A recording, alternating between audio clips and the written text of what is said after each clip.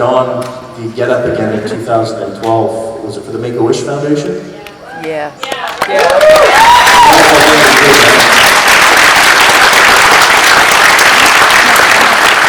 You know, what good is it being a superhero if you can't put a smile on a kid's face, right?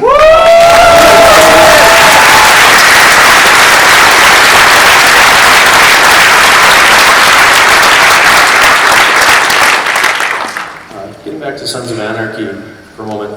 Yesterday I did a panel with Julian Richings, and he talked about getting cast in a Western, and he was telling us a story about how they asked, "Oh, can you ride a horse?" I said, yeah, I can ride a horse. But he said, of course he couldn't ride a horse, but you never want to lose a role, so whatever they say, you just agree to whether you can do it or not. I was wondering if that was the case with Sons of Anarchy in terms of getting on a hog. No, they knew I couldn't ride. And it's 6 years later, and they still do. Which is why you find my character in prison, so locked up that he can't get near hurting himself. I also came across a project on the IMDb called Wooden Lake that looked like something that you wanted to possibly direct. Can you tell us a little bit about that? Wooden Lake, I am going to direct it, and hopefully directing it in January. Sons is finished in a couple of weeks, and I'm hoping to go to New Orleans and be in pre-production. And it's the first movie I will have directed. It's just a beautiful movie. It's a low-budget film, and it mainly requires great performances. So if I get lucky and I can cast the thing really, really well, I already have a phenomenal cinematographer. It should be a bit of a no-brainer, which is how I wanted my directorial debut to be. I approach directing very humbly. It's an all-encompassing job, but it's not for everybody, and you're not going to necessarily be good at it if you're good at something else.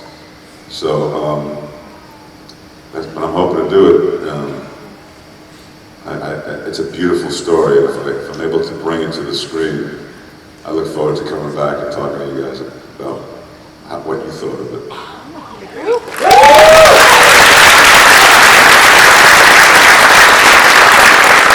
Is there anything you can tell us about the actual plot of the film? No.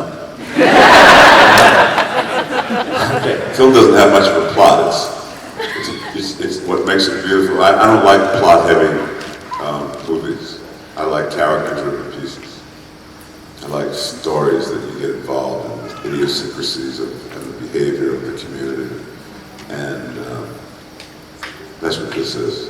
It's just beautifully written, and the characters are deliciously kind of people you want to spend 2 hours with. If you want to get in on the Q&A, we're going to have you line up right there with Mandy. She's got the mic. Okay. While you guys are lining up, I've got one other quick question. Good. Now, you smoke a lot of cigars in your films. Did you represent Canada in the Olympics? So orderly in Canada, look at that one. I wanted to ask about cigars. You smoke a lot of cigars in your films, and you're an aficionado in real life, correct? I quit 2 years ago.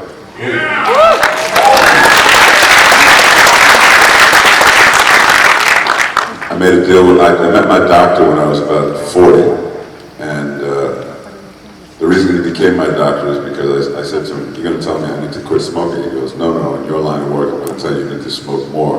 Because that's the only thing that's not giving you a heart attack." So he became my doctor for life. About 10 years into our relationship, he said, "You're going to have to quit one of these days." And I go, "Yeah, I knew this was coming." And I said, "Today?" He goes, "Well, not today." I said, "Well, just let me know, will you?" About 2 years ago, he let me know, so I quit. Will you still smoke them on screen if the role demands it? Yeah. Do multiple takes, perhaps. Only for you, not for me. All right, let's take our first question. I'll take one for the team.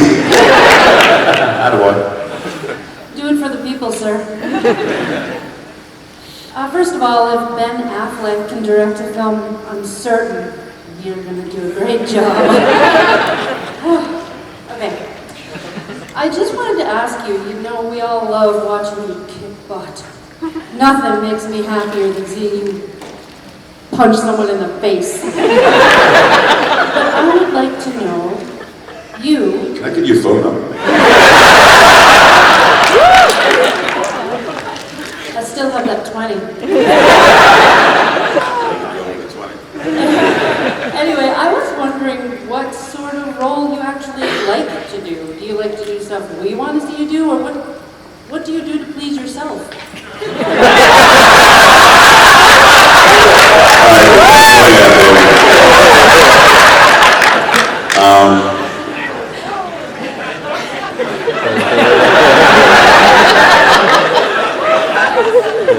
So little time.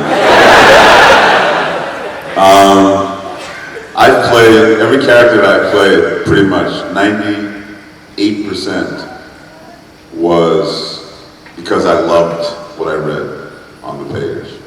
And that's basically my whole standard.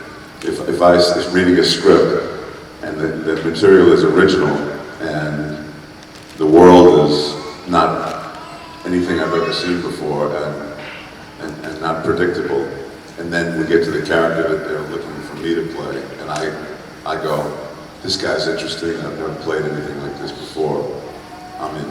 And that's basically my stance. So it's not any one thing or another, it's the writing. It's always the writing.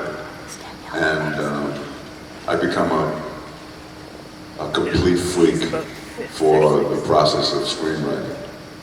I'm about to launch a company. I'm about to produce 10 films. My company's called Winging a Prayer Pictures. And the only reason I'm doing this is because, you know, I feel as though the best writing needs to reach the people. Not necessarily transforming movies, but movies like Wooden Lake that are just beautifully written.